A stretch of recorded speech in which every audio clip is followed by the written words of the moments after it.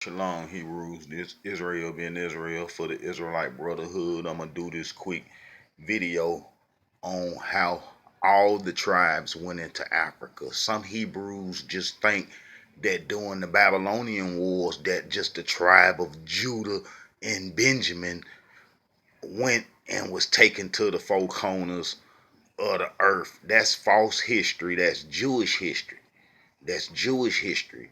I'm going to show that all the tribes went into Africa and it's easy to understand. See, you Hebrews have to understand the difference between Jewish history and Hebrew Israelite history. Well, the Israelite Brotherhood just going to do Hebrew Israelite history, but I'm going to show you the difference between Jewish history and Hebrew Israelite history. The Jewish history are the myths that dominate the world. Jewish history dominate the whole world right now on what was Hebrew history, and it's all false, and we have to redo everything again. And the Israelite Brotherhood leading the way with the history. Israelite Brotherhood leading the way with the history. Okay, during the Babylonian Wars. During the Babylonian Wars is when, people say that the tribe of Judah, went into Africa and that they was only taken to the four corners of the earth. That's false history because it never was any 10 lost tribes. I got so many videos explaining how it wasn't any 10 lost tribes and how that's a Jewish myth. Okay, if you go to second Chronicles chapter 30. Second Chronicles chapter 30. This is in 715 BC. This is in 715 BC. And you'll see that King Hezekiah had everybody at home. If King Hezekiah got everybody at home and he trying to get the northern kingdom to come to Jerusalem for the Passover dinner, and this is 7 years after the Assyrians took the fighters. I got a lot of videos explaining that, why the Assyrians took the fighters. The Assyrians was having trouble with the people that was coming out of the Caucasus, and what I'm saying, around the Black Sea area, and in between the Caspian and Black Sea, those Scythians and them type peoples was coming down. And Syria was having it out with them. And they needed our fighters. We were slipping on Egyptian religion, and the Assyrians came and took. Let me show you real quick. If you go to First Chronicles, that's going to be in First Chronicles, chapter 5. First Chronicles chapter 5. Let me hurry up because this phone don't record long. Alright. And you get, what I'm saying? And then as you read First Chronicles chapter 5 and you get down to verse 18, you'll see it says the sons of Reuben, the sons of Reuben, and the Gadites and the half tribe of Manasseh, violent men able to bear bucklers and sword and to shoot with bow and skillful in war were 440,703 score that went out to war. So them Hebrews, you know what I'm saying, was real good with they war equipment, and they was the best. And those are the ones that when we come out of Egypt that put the Canaanites to flight and that settled on the east side of the Jordan. They settled on the east side of the Jordan. Let me show this. They settled on the east side of the Jordan. They settled on the east side of the Jordan. All right. See right here where it says Moab, and then they got Reuben, and then they got Ammon, Gad, and then they got the half tribe of Manasseh. They settled on the east of the Jordan when we come out, and this was the enemy's territory. We hadn't took this side over. Moab and Ammon and Edom, and all the enemies that we wasn't supposed to integrate with stayed on that side. And we left some of the peoples also on this side too. But Manasseh, Gad, and Reuben were the fighters, and they stayed on the east of the Jordan, and they was easy to kidnap. They was easy to kidnap. Okay, we go back to First Chronicles, chapter 5, and you will see that it says that the Reubenites and the Gadites and the half tribe of Manasseh gonna be the people that the Assyrians needed to help them fight against them Scythian type people who allied themselves with the Babylonians. You know, they all got together and came back and destroyed Assyria around about 615 BC. But this is in 722 BC. And it says, and this is First Chronicles chapter 5, verse 26. And the king of Assyria stirred up the spirit of Paul of Assyria in the spirit of Talichplasm, king of Assyria, and he carried them away, even the Reubenites and the Gadites and the half tribe of Manasseh, and brought them unto Hala and Harbor and Har and to the river Gazan unto this day. Okay, those Hebrews was taken, to help, them Assyrians fight them Scythians. Okay, if you go to Second Chronicles, Second Chronicles chapter 30, this is under King Hezekiah, and this is 7 years. This is 7 years after the Syrians took the fighters, and you'll see that all the tribes are still there. This is in 715 BC. And Hezekiah sent to all Israel and wrote letters also unto Ephraim and Manasseh that they should come to the house of the Elohim at Jerusalem to keep the Passover unto the Elohim Yah of Israel. For the king had taken counsel and his princes and all the congregation in Jerusalem to keep the Passover in the second month, for they could not keep it at that time because of the priests had not sanctified themselves sufficiently, and neither had the people gathered themselves together to Jerusalem, and the things pleased the king and all the congregation. So they established a decree to make proclamation throughout all Israel, from Beersheba even to Dan, that's the whole inheritance, that they should come to keep the Passover unto the Elohim Yah of Israel at Jerusalem, for they had not done so at a long and such a short as a time is written. So the post went with the letters from the king and his princes throughout all Israel and Judah, according to the commandment of the king, saying, Ye children of Israel, turn again unto the Elohim Yah of Abraham, Isaac, and Israel, and he will return to the remain of you that are escaped out of the hands of the king of Assyria. Okay, so who all escaped out of the hands of the king of Syria? And then, you'll read all the way down, and then you get to verse 10. So the post passed from city to city throughout the country of Ephraim, Manasseh, even unto Zebulun, but they laughed them to scorn and mocked them. Nevertheless, diverse of Asher, Manasseh, and Zebulun humbled themselves and came to Jerusalem. Okay, and then as you read, and then you get down to verse 18, for a multitude of the people, even many of Ephraim, Manasseh, Ishkar, and Zebulun had not cleansed themselves, but yet did they eat the Passover, otherwise then it was written. But Hezekiah prayed for them, saying, The good Elohim pardon everyone. You see, so all the tribes was there. And then this is in 715 BC.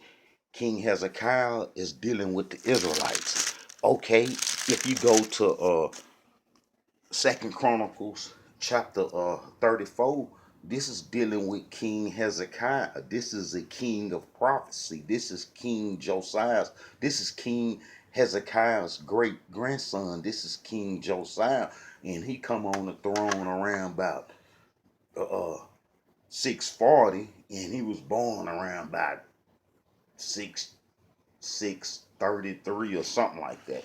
But anyway, he got all the rest of the tribes that King Hezekiah didn't mention, and this is a whole nother era. The Assyrians is not even on the agenda. The Babylonians either.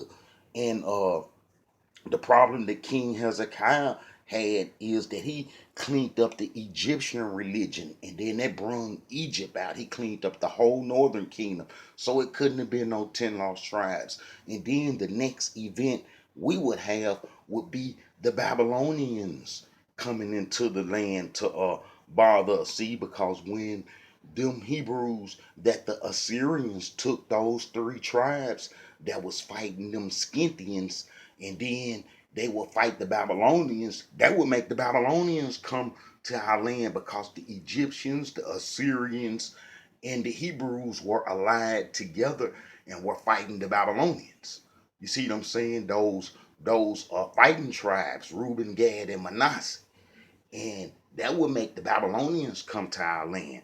But if you look at Second Chronicles chapter 34, you will see that King Josiah is dealing with the tribes that's not mentioned during his great grandfather time, and this is in 640 BC. So it would be impossible for it to have been the 10 lost tribes if all the tribes are there during King Hezekiah time and then King Josiah's time. 640 BC is a whole nother era. You know what I'm saying? The Assyrians is not on the radar. Yeah. All right. As you read down from Second Chronicles chapter 34, and then you get down to verse 6, and you'll see, and it says, "So did he in the cities of Manasseh, Ephraim, and Simon, even unto Naphtali, with their mattocks round about." Okay, so those Hebrews, still there in the land. And this is after the Assyrian captivity. Okay, if you go to Isaiah, Prophet Isaiah, and then you go to Prophet Isaiah chapter 20. This is in 7, this is in 725 BC. All right, this is in 725 BC. All right, and you'll see, all right, you know what I'm saying? You'll go to Isaiah chapter 19, and then as you read down, and then you get to verse 23, and it says, "In that day shall there be a highway out of Egypt to Assyria, and the Assyrians shall come into Egypt, and the Egyptians into Assyria, and the Egyptians shall serve with the Assyrians. In that day shall Israel be the third with Egypt and with Assyria, even a blessing in the midst of the land, in whom the Elohim of hosts shall bless, saying, Blessed be Egypt, my people, in Assyria, the work of my hands, in Israel, my inheritance." See, and then this go to show also that during the so-called Assyrian captivity, that that it wasn't no 10 lost tribes. Also, the Assyrians took some Ethiopians and some Egyptians and took them to Assyria with us, and all this would have to happen during the time that Assyria was around as an empire. They was destroyed in 612 BC. Well, if you read Isaiah chapter 20, and then you get down to verse 3, and it says, "And the Elohim said, Like as my servant Isaiah hath walked naked and barefooted 3 years for a sign of and wonder upon Egypt and upon Ethiopia, so shall the king of Assyria lead away the Egyptian prisoners and the Ethiopian captives, young and old, naked and barefoot, even with their buttocks uncovered, to the shame of Egypt." Okay, the Assyrians, when they took the fighting tribes, they would take some Africans with them too, because they was having it rough with them white folks coming up out the mountains, them Scythians. Scythian is the code name for Ashkenazi. Scythian and Ashkenazi gonna be the same people, and the Scythians were with the Chaldeans when they chased us into Africa during the Babylonian Wars. And this is after the Egyptians killed King Josiah. And that's after he cleaned the Egyptian worship up, and then the Egyptians killed him And then they was going to help the Assyrians. Well, the Babylonians put their lights out and came to our land, and we went into Africa. In the book of Jeremiah, we was already breaking the covenant. We was already wicked, and we was done and cooked. It was over with. So it never was any 10 lost tribes. And this is all the tribes going into Africa. So it never was just no Judah and Benjamin going into the four corners of the earth. It was all the Hebrews took into captivity. And we didn't get to the four corners of the earth until the United States military get posted everywhere. We still in captivity. Okay, if you go to Second Chronicles chapter first, no, this would be first Second Kings chapter 25 verse 26. All right, let me get to it. Spend a lot of my time turning to the verse. All right. All right, here we go. All right, here we go. All right, this is all the Hebrews going into Africa. You know, the tribe of Judah would just be our last ground and our last inheritance. And since we was all the same people, we would all, be recognized as such because that was our last territory during the Babylonian wars when the Babylonians had destroyed Assyria and now they was coming for us. We had to be driven off the land because we said we was going to worship Egyptian religion.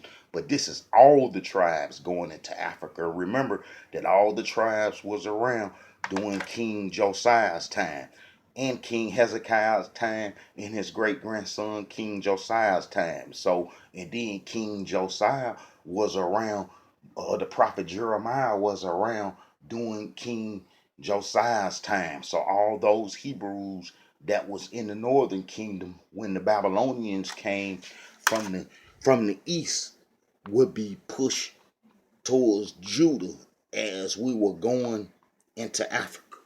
Okay, and then this is Second Kings chapter 25 verse 26. And all the people, both small and great, and the captains of the armies arose and came to Egypt, for they was afraid of the Chaldeans.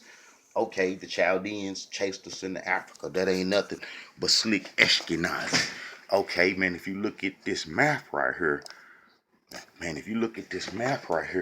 and you will see this is our homeland. So if all the enemies, Assyria was up here and the Babylonians was up here, and all the enemies of Assyria got together, and then they came and whooped Assyria, and then start coming towards our territory, that would chase everybody into Africa. That's just common sense. That's just common knowledge. Being that you had two tribes that was African affiliated, Hamite affiliated anyway, and that's gonna be the tribe of Manasseh and Ephraim. That's gonna be Joseph's two sons. Their mother was Aseneth, and they great, and their grandfather was the priest of On. That's why Jeroboam was able to run to Egypt and hide during Solomon's time. And when Solomon died, Jeroboam come out of Egypt with two golden calves that called us to sin that will make all our troubles come to, come to pass because we had broken the covenant, and we broke the covenant in 588 BC after the Egyptians killed King Josiah. They put the weak relatives on the throne that went to Egyptian worship, and then the Babylonians came and we all went into Africa. And that's what Second Kings chapter 25 verse 26 show everybody, all the people, both small and great, and the captains of the armies arose and came to Egypt, for they was afraid of the Chaldeans. Okay, if you go to the book of Jeremiah chapter 44, all praise be you almighty, y'all. Turn right to it. All right, and then you get to verse 2, and you'll see that it says, "Thus said the Elohim of hosts, the Yah of Israel.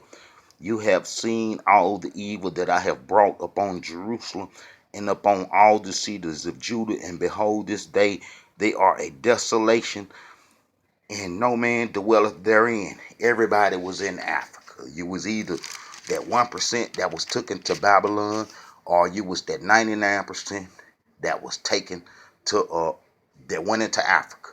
The 1% went to Babylon, and the 99% went into Africa, and that's where we was enslaved. And this is the Shahar right here, when we went in to Egypt to worship the Egyptian religion, and that's chapter 44, verse 15, 16, 17, and 18.